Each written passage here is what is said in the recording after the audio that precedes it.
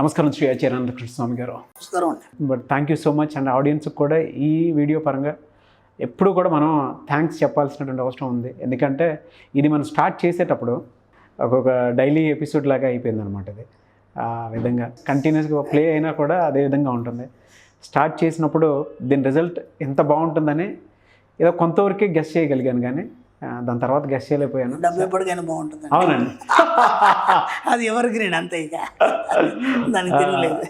సంపాదించిన వాళ్ళకి ఏ విధంగా ఖర్చు చేసి లేదంటే ఏ విధంగా స్పెండ్ చేయాలని దాని మీద అవగాహన ఉండదు. కానీ లాస్ట్ టైం వీడియోలో మీరు అది చెప్పారు, దాని మీద కూడా పర్టికులర్ అవగాహన ఉండాలి. అప్పుడే మనం సంతృప్తిగా ఏది చేసినా దానికి ఆ కంప్లీట్నెస్ వస్తుందని చెప్పేసి గ్రేట్ ప్లాట్ఫామ్లో మళ్ళీ ఇంకో రౌండ్ ఫిగర్ అయింది అనుకోవాలి. మీరు అలా అన్నారు కాబట్టి నేను దీని మీద ఒక చక్కని విశ్లేషణ చేద్దాం అనుకుంటున్నాను. ఎందుకంటే దాదాపు ఇప్పటి వరకు మనం ఏమేం చేసాం ఒకసారి అవలోకనం చేసుకుందాం. మనం అవలోకనం చేసుకుందాం. అంటే వీడియోలో ఏం చెప్పాము, ఏమైనా చేశారా లేదా, క్లాసుల్లో ఏం చెప్పాము, ఏమైనా చేశారా లేదా, మీరు ఎంతవరకు సక్సెస్ అయినారు, దీన్ని మనము ఒక సిస్టమేటిక్గా ఈ వీడియోలో కొన్ని చెప్తాను. ఎందుకంటే ఇప్పుడు అందరూ క్లాస్కు రాలేకపోవచ్చు, అంటే వాళ్ళకి ఇంకా సబ్జెక్టు అందుకునే అర్హత ఉందా లేదా తెలీదు, దాంతోపాటు వాళ్ళ పరిస్థితులు ఎలా ఉన్నాయో తెలీదు, ఆర్థిక స్థితిలో ఎలా ఉన్నాయో తెలీదు, రాలేని వాళ్ళు కూడా చాలామంది ఉంటారు. ఇక వాళ్ళు ఖచ్చితంగా క్లాస్కే రావాలని ఏం లేదు, వీడియోల ద్వారా చాలా నేర్చుకున్నారు. ఈ వీడియోలో మాత్రం మనం కొన్ని క్లాసులో చెప్పినాయి, అలాగే ఇప్పటిదాకా మనం ఏమేం చేసాము, ఎంతవరకు సక్సెస్ అయినాం, సక్సెస్ కావడానికి చిన్న చిన్న బిట్స్ చెప్పుకుందాం ఈ వీడియోలో. ఎందుకంటే ఇది అందరికీ ఉపయోగం. ఇక ఓకేనా, క్లాస్కే రావాలనే రూల్ లేదు. ఈ వీడియోలో ఇప్పుడు చెప్పేటి ఏవైతే టిప్స్ ఉన్నాయో వీటిని పాటించి కూడా మీరు ఏదైనా చేసుకోండి. Thank you so much for the information. చెప్పండి సార్. ఏదైనా సాధించవచ్చు. ఫస్ట్ మనం ఉదయం లేవగానే, బెడ్ మీదకి లేవగానే, మనం ఇంతకుముందు అక్కడక్కడ వీడియోలో చెప్పుకున్నాం, ఇవి క్లాసులో కూడా చెప్పుకున్నాం, మళ్ళీ ఒకసారి అవలోకనం చేసుకుంటున్నాం. వాటన్నిటి మనం స్టెప్ బై స్టెప్ ఒకసారి ఈ వీడియోలో చెప్పుకుంటే దాన్ని పాటిస్తే సరిపోతుంది. ఓకేనా, అందుకని చెప్తాను, అందరికీ ఈజీగా ఉండాలి. ఫస్ట్ మీరు ఉదయం లేవగానే మీరు ఏ టైంకి లేస్తారో నాకు సంబంధం లేదు. మ్యాక్సిమం ఏంటంటే ఎర్లీ అవర్స్లో లేసే ప్రయత్నం చేయండి. నేను ఎన్నోసార్లు చెప్పాను, ఇప్పుడు లేవాలి అప్పుడు లేవాలని ఏం లేదు. ముందు హ్యాపీగా నిద్రపోండి, హాయిగా ప్రశాంతంగా నిద్రపోండి. మీరు ఎంత హ్యాపీగా నిద్రపోతే అంత సంపూర్ణ ఆరోగ్యంతో అంత హెల్తీగా ఉండగలుగుతారు మీరు. ఓకేనా, ఏదో మెడిటేషన్ పేరుతోని దీంతో మీరు నైట్ అంతా మేలుకొని మీ యొక్క ఆరోగ్యాన్ని పాడు చేసుకోకండి. ఓకే, ఎంత వీలైతే అంత మంచిగా మ్యాక్సిమం నిద్రపోండి.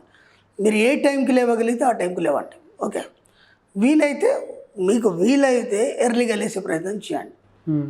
లేచిన తర్వాత నేను చెప్పినవి చేసి మళ్ళీ పడుకోండి, హ్యాపీ, ఇబ్బంది ఏం లేదు, మీకు ఎలాంటి ఫోర్స్ లేదు. మళ్ళీ తర్వాత 9-10 గంటలకు లేవండి, నాకు సంబంధం లేదు, మీ యొక్క మూమెంట్ని బట్టి. ఓకే, ఎర్లీగా లేసే ప్రయత్నం చేయండి. ఒక 5 నిమిషాలు. ఓకే, 5 నిమిషాలు లేసి ఏం చేస్తారంటే నార్త్ సైడ్ ఫేస్ చేయండి. నార్త్ సైడ్ ఫేస్ చేయండి అంటే మీ ఇంట్లో ఉత్తరం సైడ్ ఫేస్ చేయండి. ఉత్తరం సైడ్ ఫేస్ ఏం చేస్తారంటే ఈ చిటికిన వేలుతోని సరిగ్గా ఇక్కడ నుంచి ఐ యామ్ రిచ్ అని రాసుకోండి. ఇక్కడ ఐ యామ్ రిచ్.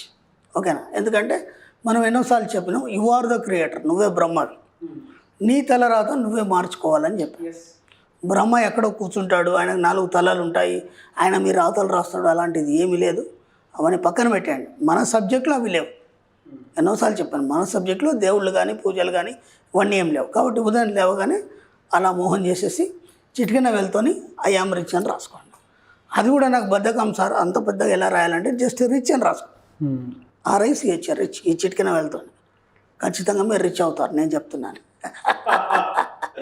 అంటే ఫస్ట్ మీరు లేవగానే మీ సబ్కాన్షియస్ మైండ్ ఏదైతే తీసుకుంటుందో దాని వైపు ప్రయత్నం చేస్తుంటుంది. అది అర్థమైందా? ఏదైతే గ్రాస్పింగ్ ఉంటుందో సబ్కాన్షియస్ మైండ్ దానివైపే ప్రయత్నం చేస్తుంటుంది. ఇక అవును, కాబట్టి అలా కొన్ని రోజులు మీరు ఖచ్చితంగా రీచ్ అవుతారు. ఓకే, ఆ తర్వాత అది అయిపోయిన తర్వాత శుభ్రంగా చెప్పండి.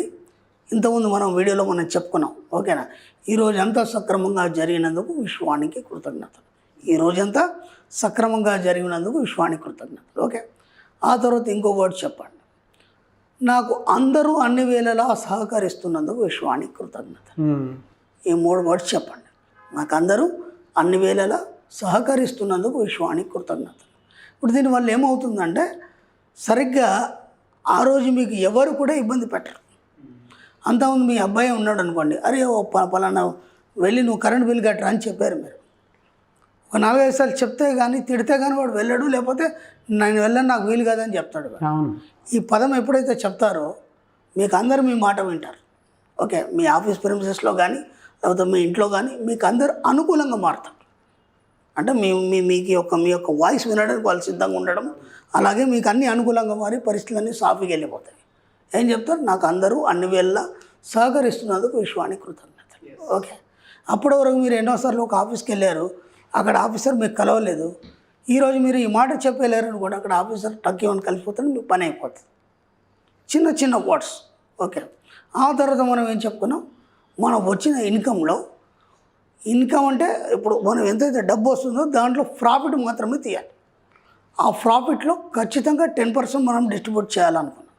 10% మన సంపాదనలో తీసి సమాజ సేవకు కానీ, గోసేవకు కానీ, తల్లిదండ్రులకు కానీ ఇలా కొన్ని ఉన్నాయి మనకు, చారిటీస్ కానివ్వండి, దానికి ఖచ్చితంగా ఇవ్వాలనుకున్నాం మనం. ఎందుకంటే ఈ 10% ఎందుకు తీయాలి అనే దాని మీద కూడా నేను చక్కగా క్లారిటీ ఇచ్చాను. ఒక వీడియో మొత్తం ఆ 10% మీదే మనకు ఉంది.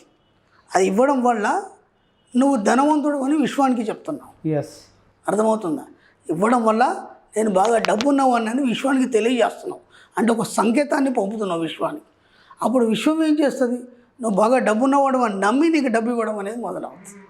అర్థమైందా? ఎప్పుడు లేదు లేదని మనం చెప్తాం కదా, ఓహో నువ్వు లేనివాడివి కదా నేనేం చేయాలంటుంది అది. అవును, నేను ధనవంతుని, నా దగ్గర బాగా డబ్బు ఉందంటే ఉన్నవాడి కదా నీకు ఇవ్వాలి. ఎందుకంటే నువ్వు ఇక్కడ ఖర్చు పెడుతున్నావు కదా.